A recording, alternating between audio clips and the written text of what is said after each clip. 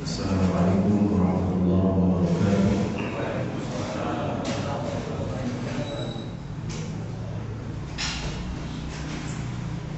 Alhamdulillahirabbil alamin wassalatu wassalamu ala asyrofil anbiya'i wal mursalin nabiyina Muhammadin wa ala alihi wa sahbihi ajma'in. Subhanaka la ilma lana illa ma 'allamtana innaka antal alimul hakim. Wala haula wala quwwata illa billahil aliyyil azim. Amma ba'd. Hadirin jemaah Masjidul Iman, Allah Subhanahu wa taala, kita syukur kita panjatkan kepada Allah Subhanahu wa taala atas limpahan karunia-Nya. Tak terasa kita sudah memasuki Ahad pertama bulan suci Ramadan. Dengan nikmat yang Allah berikan kepada kita, alhamdulillah kita masih bisa melakukan aktivitas, bahkan banyak aktivitas yang lebih luas daripada tahun kemarin. Semoga Allah memberikan keistiqomahan kepada kita. Salawat dan salam semoga selalu tercurah kepada Nabi kita, panutan kita, suri teladan kita, Nabi kita Nabi Muhammad sallallahu alaihi wasallam, beserta segenap keluarga, sahabat, kerabat dan juga umatnya yang senantiasa mengikuti jejaknya dan mengamalkan ajarannya. Hadirin Allah Subhanahu wa taala, di kesempatan yang lalu kita sudah menjelaskan tafsir surah An-Nahl.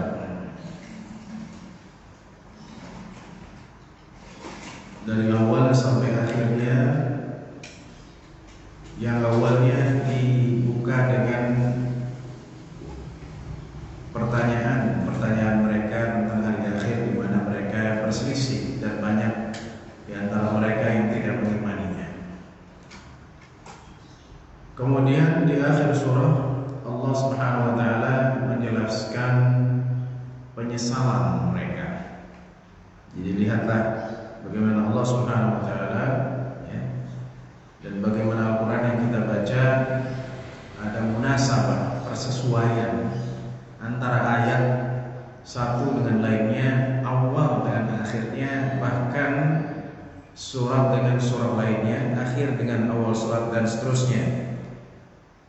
Jadi setelah Allah jelaskan bahwa mereka tidak beriman, kebanyakan mereka, dan kemudian di hari akhir mereka menjadi orang yang menyesal. Wa yaqulul kafiru ya laitani kuntu turaba. Bahkan mereka berharap mereka hanya menjadi debu, tidak kembali dibangkitkan oleh Allah Subhanahu wa taala. Jadi itu toleransi atau tanasub yang menjadi ilmu tersendiri dari ulumul Quran. Setelah Allah Subhanahu wa taala menjelaskan tentang hari akhir, kemudian Allah Subhanahu wa taala menjelaskan tentang para petugas, dalam tanda kutip, yaitu para malaikat yang diperintahkan untuk mencabut nyawa. Ya, itu kolerasinya. Makanya setelah itu surahnya adalah surah An-Nazi'at, yaitu para malaikat yang mencabut nyawa. Dari An-Naz', itu artinya mencabut nyawa. Dan Allah Subhanahu wa taala bahkan bersumpah dengan para malaikat, dengan para An-Nazi'at, para pencabut nyawa. Allah Subhanahu wa taala berfirman, a'udzu billahi minasyaitonir rajim, bismillahirrahmanirrahim, wan nazi'ati gharqa wan nasyitati nashta was sabihati sabha was sabiqati sabqa fal mudabbirati amra. Allah Subhanahu wa taala menjelaskan dan dia bersumpah dengan para malaikat yang mencabut nyawa. Gharqa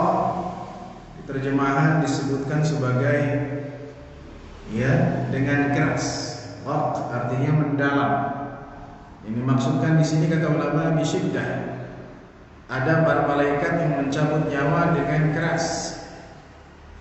Dengan keras itu untuk siapa? Untuk orang-orang yang tidak beriman, untuk orang-orang yang kafir, untuk orang-orang yang mengingkari hari akhir, seperti yang dijelaskan di surah An-Naba. Wan nazi'ati gharqa. Ya, dan ini pencabutan nyawa. Tentunya sebelum hari kiamat terjadi, Allah Subhanahu wa taala mencabut nyawa hamba-hamba yang telah ditentukan kapan akan mati. Ya. Dan kemudian juga sebelum hari kiamat diguncangkan, bumi diguncangkan, ruh para mukminin akan dicabut terlebih dahulu. Maka dari kata-kata an-nazi'ati, para pencabut, ini menunjukkan bahwa malaikat yang mencabut banyak atau sedikit? Banyak. Ya, jadi nggak ada masalah ketika dikatakan loh, bukannya malaikat pencabut nyawa itu namanya dulu kita belajar Israil, ya. Sebenarnya dalam hadis disebutkan malakul maut. Bagaimana nyambutnya? Kan begitu. Malaikatnya cuma satu, tapi yang mati ya bisa sama di tempat yang sama, di waktu yang sama. Maka jawabannya ini, wan nazi'ati gharqa, bahwa malaikat itu tidak satu. Jadi ada malaikat-malaikat yang ditugaskan, betul, malakul maut. Jadi kita bisa memahami bahwa para malaikat ini ya, atau ada malaikatul maut dan juga ada bawahan-bawahannya atau malaikat lainnya yang mencabut, yang diperintahkan oleh Allah Subhanahu wa taala. Ya. Jadi itulah pencabutan nyawa. Ya, dan kematian itu adalah giliran. Hidup itu giliran, kematian giliran. Ya. Sekarang giliran saya hidup. Nanti ketika saya mati, cucu saya hidup, dan seterusnya. Jadi jangan kita terlalu bangga, saya bisa hidup, masih sehat, gitu kan? Masih bisa ini dan itu hanya giliran saja. Betapa banyak saudara-saudara kita, teman-teman kita yang mereka meninggal karena COVID, ya. Padahal mereka mungkin lebih muda, bahkan di antara mereka ada yang dokter, tapi tidak selamat dari maut. Inilah misteri kematian yang pasti kita akan hadapi. Semua kita akan menghadapi kematian. Wan nasyitati nashta, dan Allah Subhanahu wa taala kemudian bersumpah dengan para malaikat yang mencabut dengan mudah. Mengapa nasy disebut mudah? Ya, nasyat itu artinya apa? Rajin, ya. Rajulun nasyid, lelaki yang rajin, ya kan?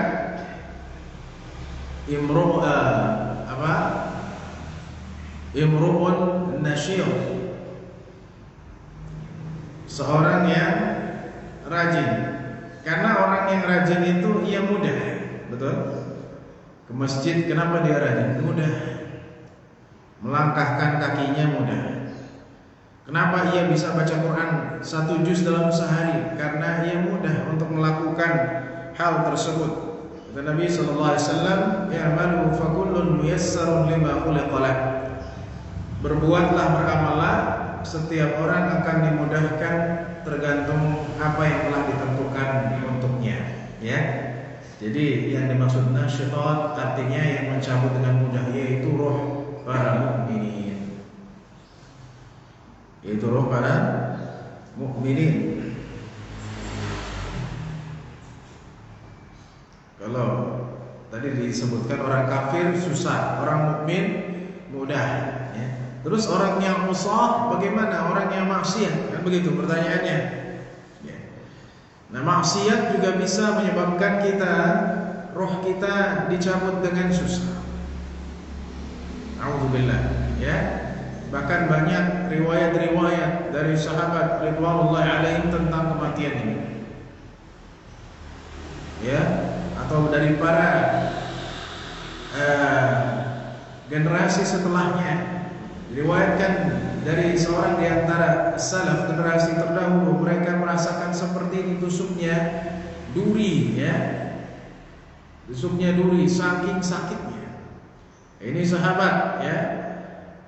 Ada sahabat yang bernama Amr bin Al-As yang beliau radhiyallahu anhu ketika meninggal, sebelum meninggal mengumpulkan anak-anaknya. Ya, tentu kisahnya mungkin pernah kita dengar. Dan ketika mengumpulkan anak-anaknya, beliau menyesali, ya, keadaan beliau. Beliau mengatakan, dulu aku pernah membenci Nabi sallallahu alaihi wasallam. Bahkan aku ingin membunuhnya. Kalau aku mati ketika itu, pasti aku celaka. Kata siapa? Kata Amr bin Al-As. Kemudian datang Islam ke dalam hatiku dan aku datang kepada Rasulullah sallallahu alaihi wasallam. Aku membaiatnya. Aku ingin masuk Islam, tapi aku meminta syarat. Kata Rasulullah sallallahu alaihi wasallam, syarat apa yang kau inginkan? Ya, uridu an yughfarli, aku ingin dosaku diampuni. Maka kata Rasulullah sallallahu alaihi wasallam, tidakkah engkau tahu bahwa Islam menghancurkan dosa sebelum engkau masuk Islam? Bahwa sesungguhnya haji menghancurkan dosa sebelum haji. Bahwa sesungguhnya hijrah menghapuskan dosa sebelum hijrah.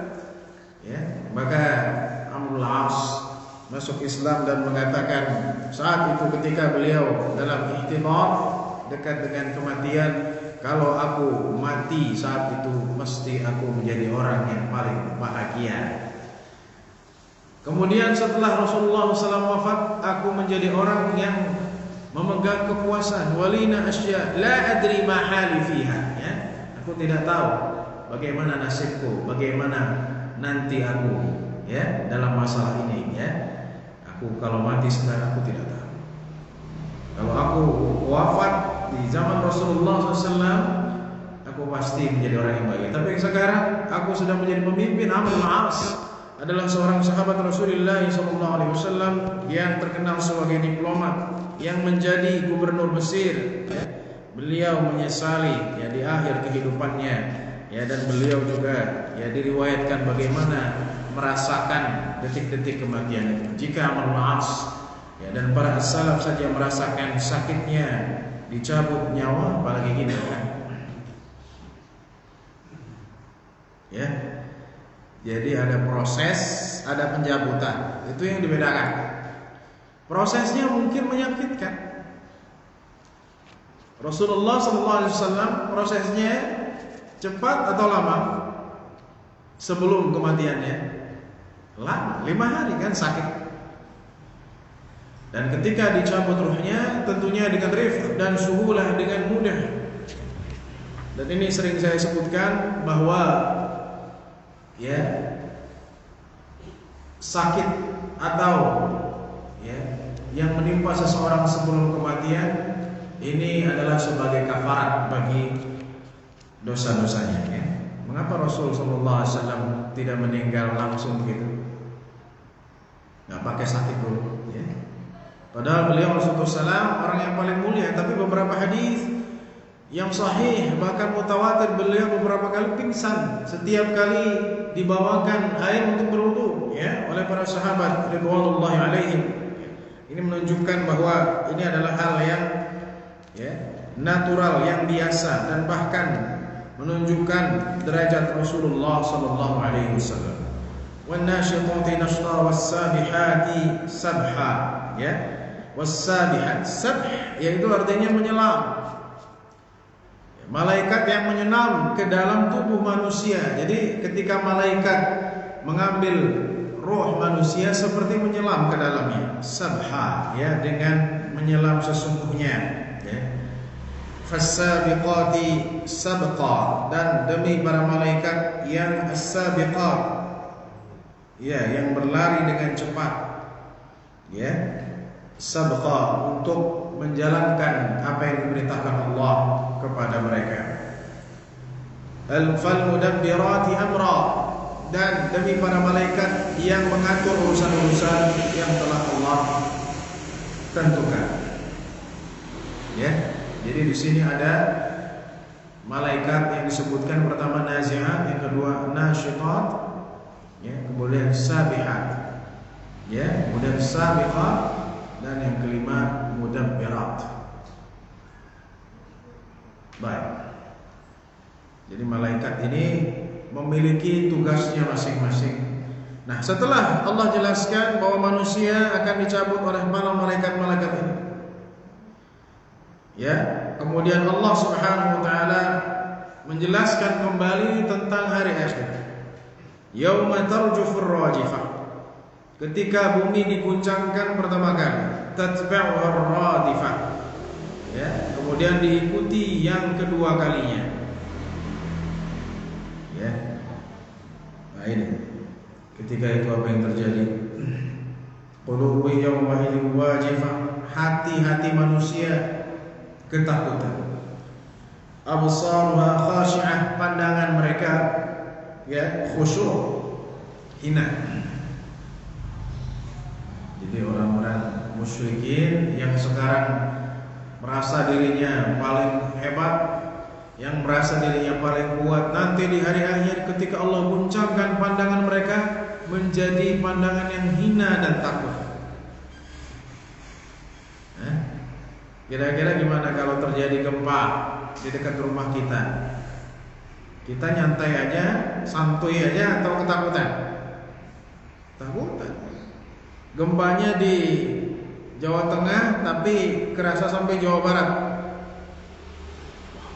Keluar ya, keluar bangunan gitu ya. Bagaimana kalau bumi semuanya digempakan oleh Allah Subhanahu wa taala?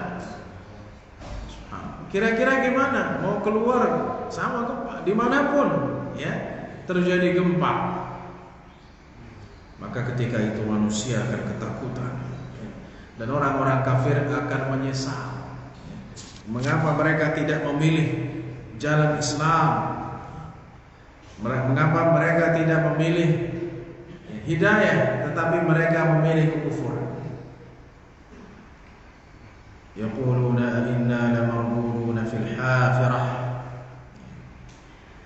Mereka mengatakan, bisakah kami dikembalikan fil hafirah, di tanah yang digali? Artinya kami udahlah kembali ke kuburan, gak usah dibangkitkan. Ya, karena ini nanti setelah diguncangkan mereka dibangkitkan, sama seperti tadi. Jadi orang yang beriman memiliki konsep tentang hari akhir. Ini perbedaannya, ya. Tetapi orang kafir mereka tidak memiliki, bahkan ketika terjadi pun mereka ingin balik lagi. Balik lagi ke mana? Ke kubur. Sehingga kalau orang-orang kafir, mereka di dunia ini sekarang fun aja, enak, maksiat bebas, free, ya. Karena mereka tidak meyakini kalau sudah mati ya sudah mati, tidak akan dibangkitkan. Nah, kita orang yang beriman meyakini bahwa kita akan dibangkitkan. Maka ketika kita melakukan maksiat, melakukan dosa, ini tidak sesuai dengan apa yang kita yakini. Karena apa yang kita yakini, ya, itu harus sesuai dengan yang kita lakukan. Yang kita lakukan akan dipertanggungjawabkan di hadapan Allah Subhanahu wa ta'ala. Idza kunna 'idhaman nakhirah, ya, tidakkah kami menjadi tulang-tulang saja, tulang-tulang yang hancur, ya. Ini juga menunjukkan bahwa manusia kalau mati akan apa? Akan hancur. Tidak ada jaminan, saya tegaskan, anak Adam siapapun badannya awet, enggak ada, kecuali para nabi alaihi wassalatu wassalam. Karena kata Nabi sallallahu alaihi wasallam, "Innallaha harrama 'ala al-ardi an ta'kula jasad al-anbiya", ya, hadis Abu Dawud dan lain-lainnya. Allah Subhanahu wa taala mengharamkan tanah untuk memakan jasad para nabi. Jadi kalau bukan nabi, ada jaminan nggak ada. Kalau orang soleh, ya mungkin itu karamah. Tetapi kalau orang biasa yang kita tidak tahu, ya nggak ada jaminan. Sehingga kalau orang, misalnya kita berkunjung ke kuburan dan melihat menggali, ya, karena ada beberapa hal mungkin ingin dipindahkan atau terjadi longsor misalnya, itu ada dalam bab fikih. Kemudian sisa tulang belulang itu adalah hal yang wajar, karena kata Allah Subhanahu wa taala, minha khalaqnakum wa fiha nu'idukum wa minha nukhrijukum taratan ukhra. Kalian diciptakan dari tanah dan kalian akan dikembalikan ke tanah, ya, dan kalian akan dibangkitkan juga dari tanah. Kalian akan menyatu dengan tanah. Ya, subhanallah. Qalu tilka idzan karratun khasirah. Mereka mengatakan itu adalah pengembalian yang apa? Khasirah, yang merugikan. Jadi mereka tidak bisa kembali kepada apa? Kepada dunia. Mereka tidak bisa kembali karena dunia adalah tempat untuk beramal dan hari akhir adalah tempat untuk balasan. Ya. Karratun khasirah. Qalu tilka karratun khasirah. Fa innama hiya zajratun wahidah. Fa innama hiya zajratun wahidah. Itu adalah ya zajrah. Ya, itu adalah sayhah, tiupan yang kedua untuk dibangkitkan. Jadi kalau udah dibangkitkan bisa mati, ya, bangkitkan saya pengen mati lagi, ngumpet di dalam kuburan gitu, nggak bisa. Semua akan dibangkitkan. Ya.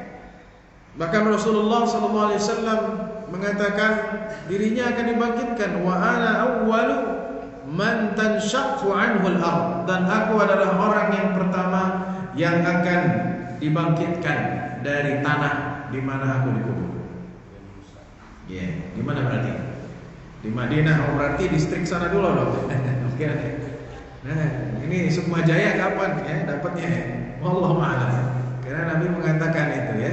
Aku adalah orang yang pertama kali dibangkitkan dari tanah di mana aku dikubur, alaihi wassalatu wassalam. Dan Nabi sallallahu alaihi wasallam mengatakan, fa idza Musa mu'allaqun, ya, mu'allaqun baina as-sama'i wal ard, ya, tahta al-'arsy, ya, dalam hadis sahih. Maka aku melihat Musa bergantung di antara langit dan bumi di bawah arsy, ya. Jadi sudah ada Musa yang dibangkitkan terlebih dahulu, kata ulama, ya, yang berada di bawah arsy Ar-Rahman, ya.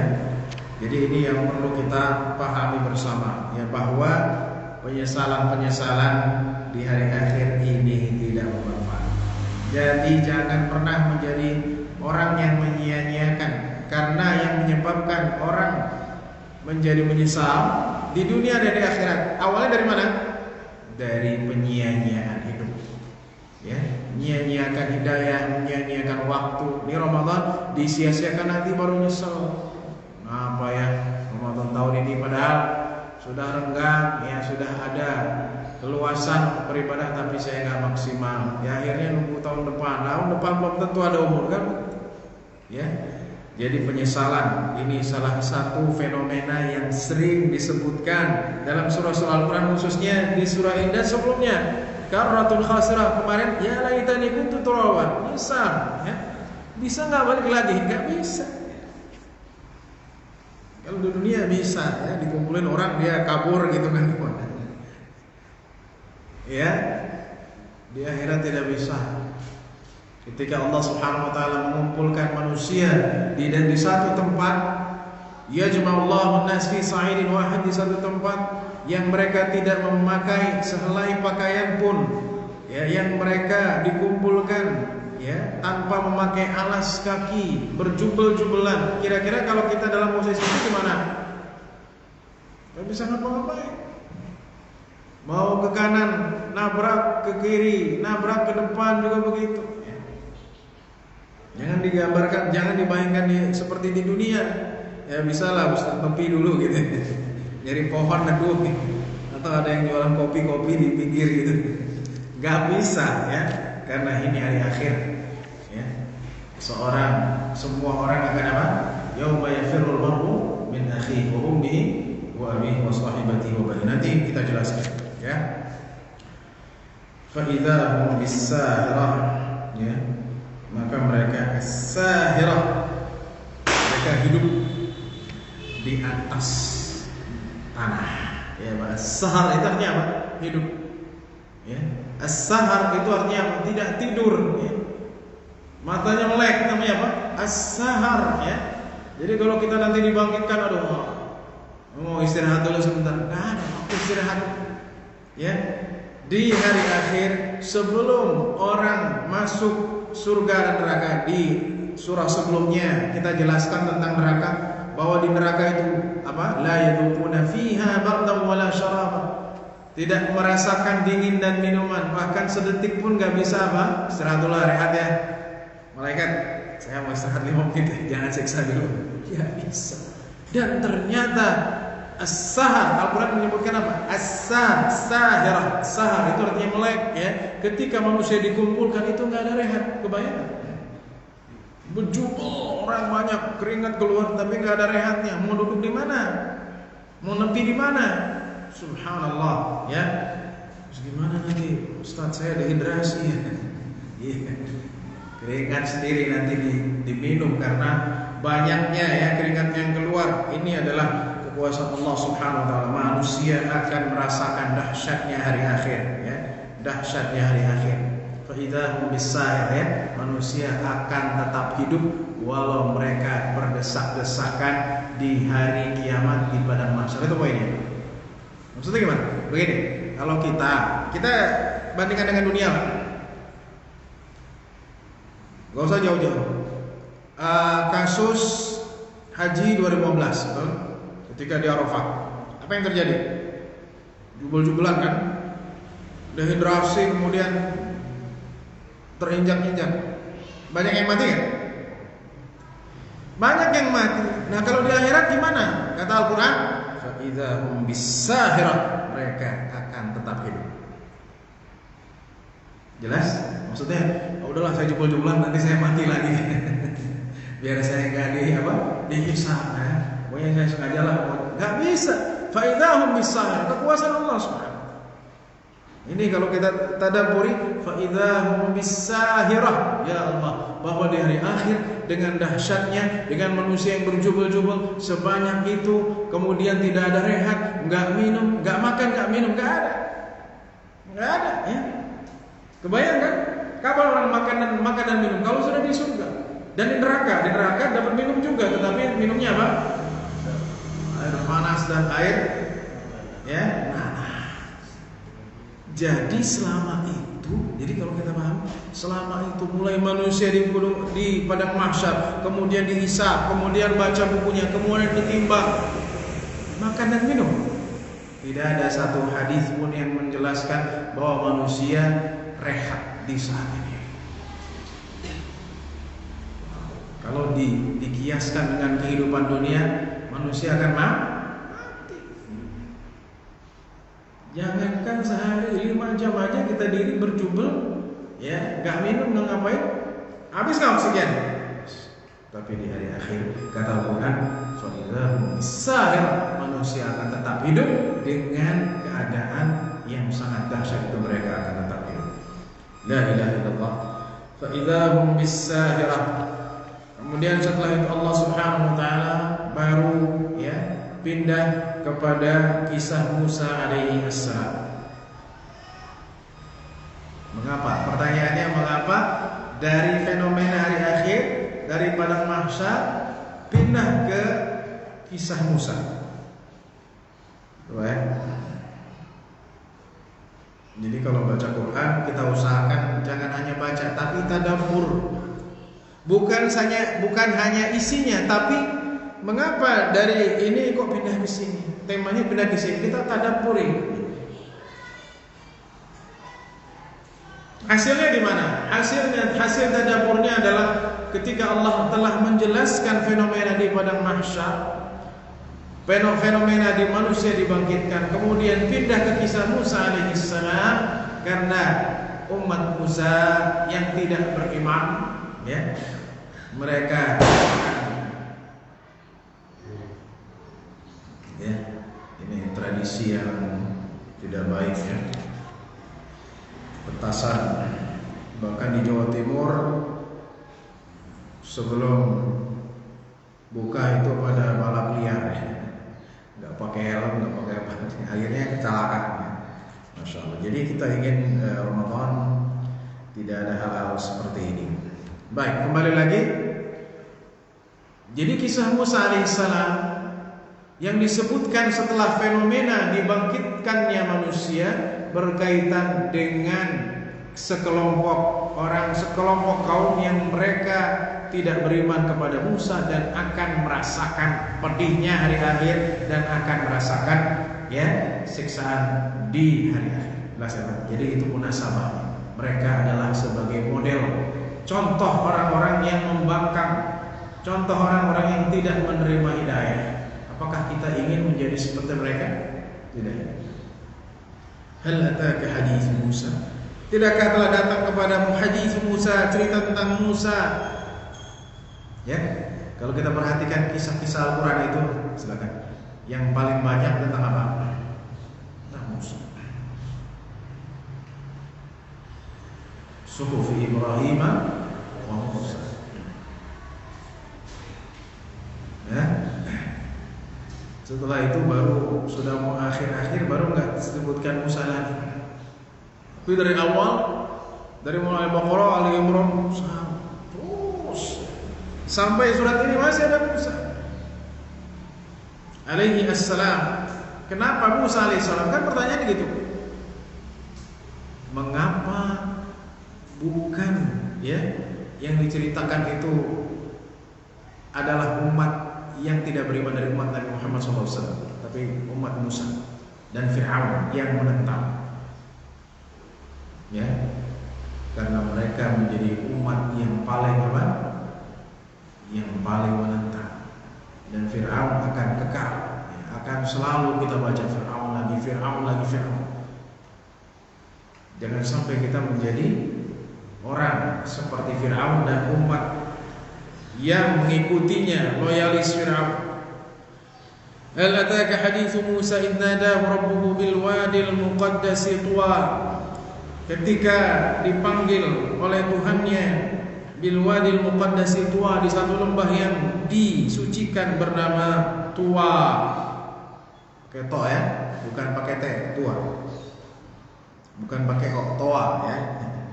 Tuwa, ya. Satu lembah namanya Tuwa, dan Nabi Musa alaihissalam digelarnya apa? Kalimullah. Gelarnya apa? Kalimullah. Karena Allah Subhanahu wa taala langsung berbicara kepada Musa, ya, dari belakang apa?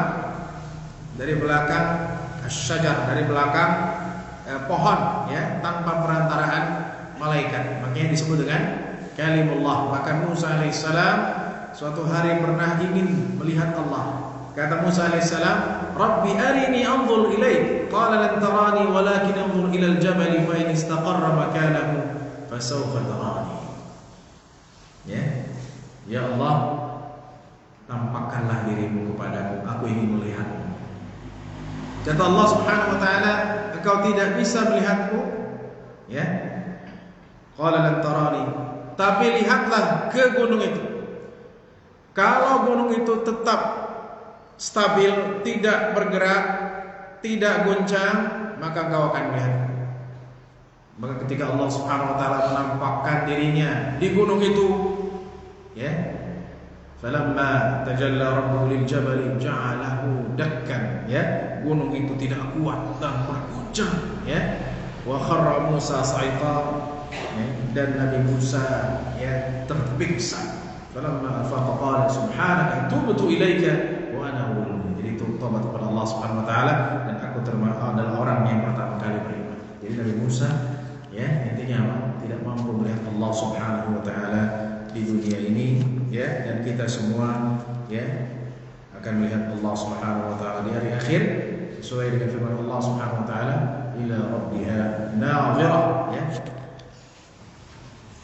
kepada Tuhannya akan melihat. Dan itu adalah nikmat yang besar bagi orang-orang yang beriman, akan melihat Allah Subhanahu wa taala, memandang Allah di surga insyaallah subhanahu wa ta'ala. Idhhab ila fir'aun innahu tagha, pergilah kepada Fir'aun, sesungguhnya ia telah melakukan perbuatan yang melampaui batas, ya. Jadi Fir'aun, saya tegaskan, adalah gelar raja Mesir. Jelas ya? Ya, namanya bukan, ya, namanya Ramses, dan Ramses ada beberapa. Yang dimaksud Fir'aun di sini adalah Ramses II. Ya, jadi Fir'aun itu gelarnya. Ya, kalau di kita presiden, itu kan. Kalau di Brunei Sultan. Nah, kalau dulu di Ethiopia Najasyi, itu bukan namanya. Namanya adalah Ashama. Kalau di Persia namanya Kisra. Kalau di Romawi atau Yunani namanya Kaisar. Jadi setiap itu ada gelarnya. Nah, Fir'aun itu gelar, bukan nama. Ya, dan Fir'aun, kata ahli sejarah, mereka berasal dari selatan Mesir. Dari mana? Selatan Mesir. Yang kulitnya, kenapa masalah kulit nih Ustaz ya? Untuk mengetahui, ya, yang kulitnya kecoklat-coklatan. Mengapa? Ya karena daerah selatan Mesir itu panas, ya. Saya paling jauh ke Suhab. Ke Suhab dan Asyum. Suhab itu yang kemarin kejadian kereta api yang tabrak, ya. Ya, sampai situ saya pernah sampai situ. Selatan. Jadi ke selatan itu semakin panas. Luxor, ya, Aswan. Kalau Aswan itu orang-orangnya sudah seperti orang Sudan, ya. Jelas? Jadi kulit Fir'aun itu tidak seperti kulit Bani Israel. Ini untuk ini saja, ya, untuk agar kita tahu. Ya. Jadi Qibti itu asalnya dari sana. Sedangkan kita dengar Alexandria, Iskandaria, ini asalnya orang-orangnya dari Romawi. Karena ini sesuai dengan apa? Laut Mediterranean, ya, laut pertengahan. Nah, di situ mereka datang dan Romawi sempat lama di sana, ya, di Al-Iskandaria atau Alexandria. Maqul hallaka ila an tazakka.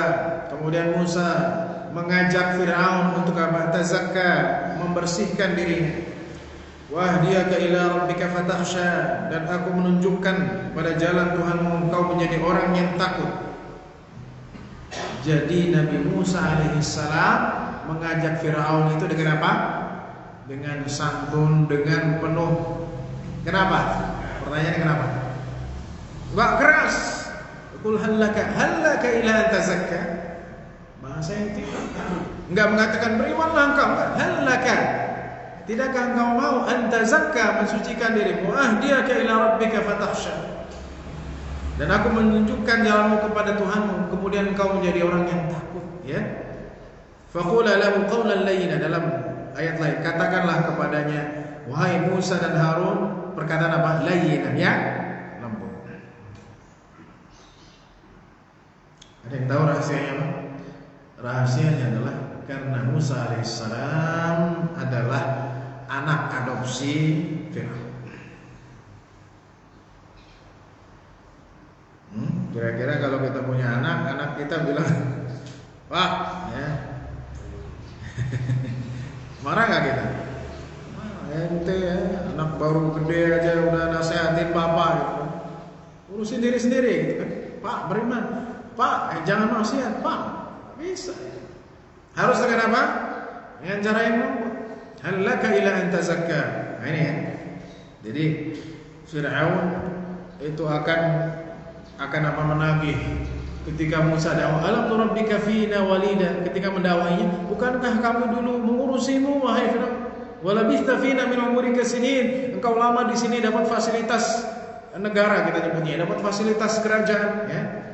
Wa fa'alataka allati fa'alta wa anta minal kafirin, ya. Artinya kafir kepada dirinya, ya. Tidak mengikuti ajaran Firaun. Jadi mendapatkan segala, ya, fasilitas, mendapatkan segala kemewahan dalam kerajaan Firaun. Fa'arahul ayatul kubra. Kemudian Allah Subhanahu wa taala menampakkan kepadanya tanda yang besar. Tanda yang besar ini apa? Ya, mukjizat. Fa'arahul ayatul kubra. Mukjizat. Mukjizatnya apa? Ya. Mukjizat Musa alaihissalam adalah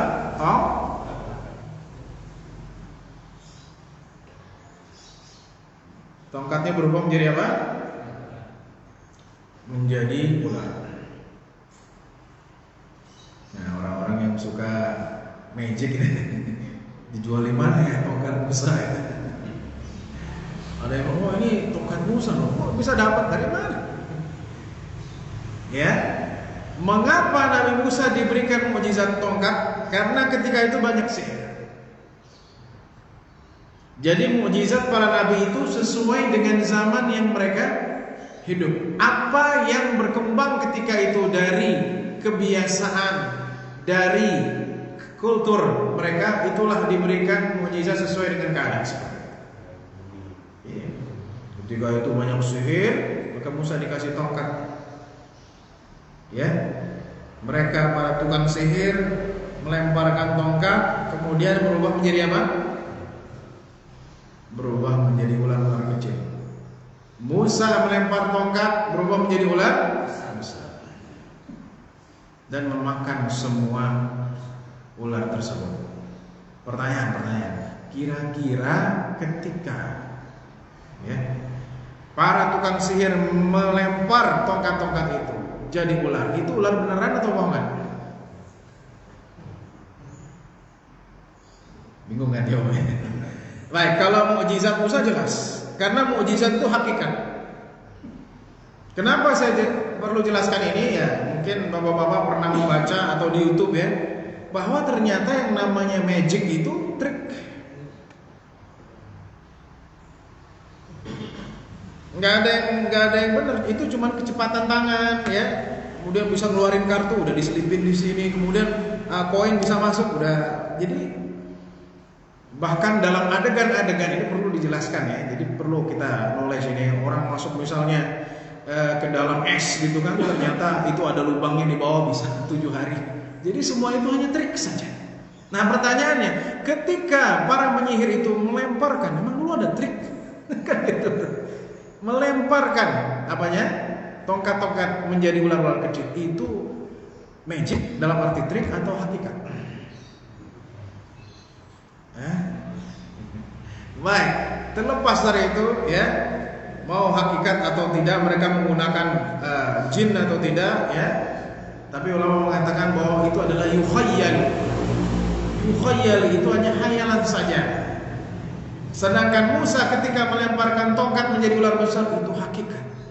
Enggak pakai trik. Bingung kan dulu gimana triknya? Jadi bawa tongkatnya terus ularnya dimasukin gitu. Ya. Jadi itulah mukjizat. Mukjizat pertama, dia bukan trik. Dia hakikat. Kedua, mukjizat itu kata ulama tidak pernah dipelajari.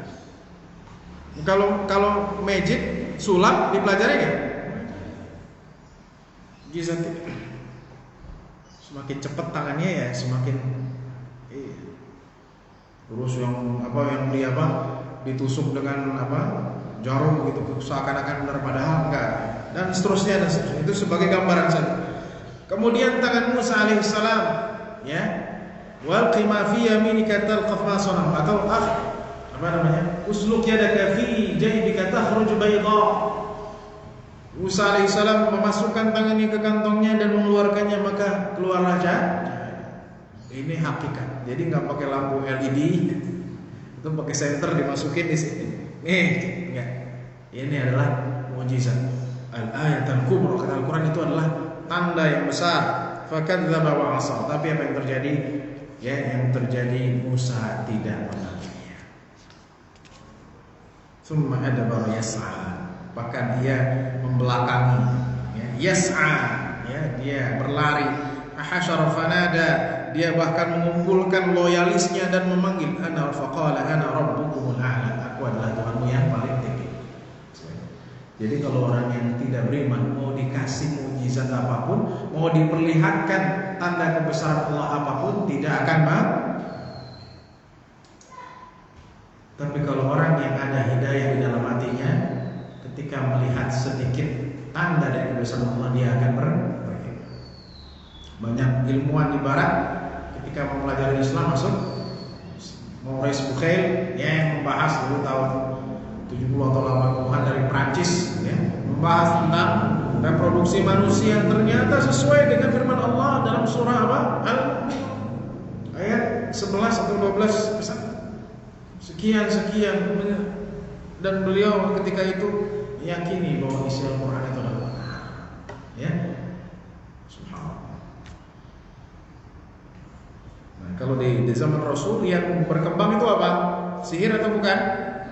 Walaupun ada di zaman Rasul ada, dan Rasul bahkan disihir kan? Kita mengimani dalam Sahih Bukhari ya.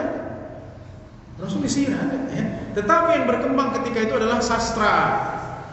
Ya, bahasa, syair, maka diturunkan Al-Quran. Mereka tidak bisa walau membuat satu ayat pun mereka tidak. Ya Allah. Faqala ana rabbukumul a'la, maka kemudian Firaun mengatakan, aku adalah Tuhanmu yang tertinggi. Fa akhadhahu Allahu nakala al-akhirati wal ula, maka Allah menyiksanya di dunia dengan siksaan al-akhirah di akhirat dan al-ula yang pertama ya. Maka kata al-ula kata ulama ini menunjukkan ada yang namanya siksa kubur. Jelas ya? Ahlus sunnah meyakini bahwa siksa kubur itu ada. Nah sekarang kalau badannya Ramses di mana-mana gimana sih? Ya, kuasa Allah Subhanahu Wa Taala. Karena badan Ramses II itu akan diawetkan dengan nas Al-Quran. Kata Al-Quran, "Fal yawma nunajjika bi badanika, litakuna liman khalfaka ayat." Pada hari ini badanmu akan kami awetkan. Dan kita baca ternyata di Mesir itu mumi itu banyak. Bukan hanya Ramses II. Belakangan mereka mengeluarkan mumi-mumi itu dari piramid, umurnya udah ribuan tahun. Saya nggak habis pikir itu pakai balsam apa? Masih awet. Hah? Bingung kan? Bangun piramid pakai semen apa? Piramid setahu saya nggak pernah direnovasi. Kalau dari zaman Musa berarti umurnya lebih 3000 tahun sebelum Masehi. Sampai sekarang nggak pernah direnovasi. Mumi itu badannya awet sampai ribuan tahun. Sampai demikian. Kalau sekarang orang paling ya, nah inilah ya. Jadi teknologi Fir'aun dulu udah canggih ya. Maka kita meyakini kalau misalnya badannya awet berarti ruhnya akan disiksa Allah Subhanahu wa taala. Kita meyakini bahwa siksa di dunia itu ada. Inna fi dzalika la'ibratan liman yakhsha. Sesungguhnya dalam kisah tersebut terdapat ibrah, dapat pelajaran bagi orang-orang yang takut kepada Allah Subhanahu wa taala. Jadi kaitannya adalah bahwa kalau kita ingin selamat, jadi gini, kaitannya kalau kita ingin selamat di padang mahsyar, di hari akhir, di hisab, nanti jangan kita meniru perilaku Fir'aun dan loyalisnya. Mereka Fir'aun adalah menentang Allah Subhanahu wa taala, yaitu mengaku dirinya Tuhan. Ya, perhatikan, Fir'aun mengaku dirinya Tuhan, betul? Dajjal nanti juga akan mengaku dirinya tuh. Ya, tapi Dajjal fitnahnya lebih besar. Kenapa? Karena Dajjal dalam hadis akan mengaku sebagai nabi sebelum mengaku sebagai Tuhan. Ya, maka ini yang perlu kita perhatikan, ya, dan kita benar-benar bisa mentadabburi ayat-ayat Al-Quran paling tidak yang kita baca, bahwa dalam setiap susunan Al-Quran, dalam setiap pemindahan tema itu ada tanasub, ada kolerasi, ada tanasub, ya, munasabah. Kolerasinya apa yang bisa kita explore ya dari belajar tafsir ini insyaallah subhanahu wa taala. Demikian, semoga bermanfaat dan semoga Allah memberikan kepada kita kesempurnaan dalam puasa. Wassallallahu ala Muhammadin wa ala alihi wa sahbihi wasallam. Walhamdulillahirabbil alamin. Ada pertanyaan?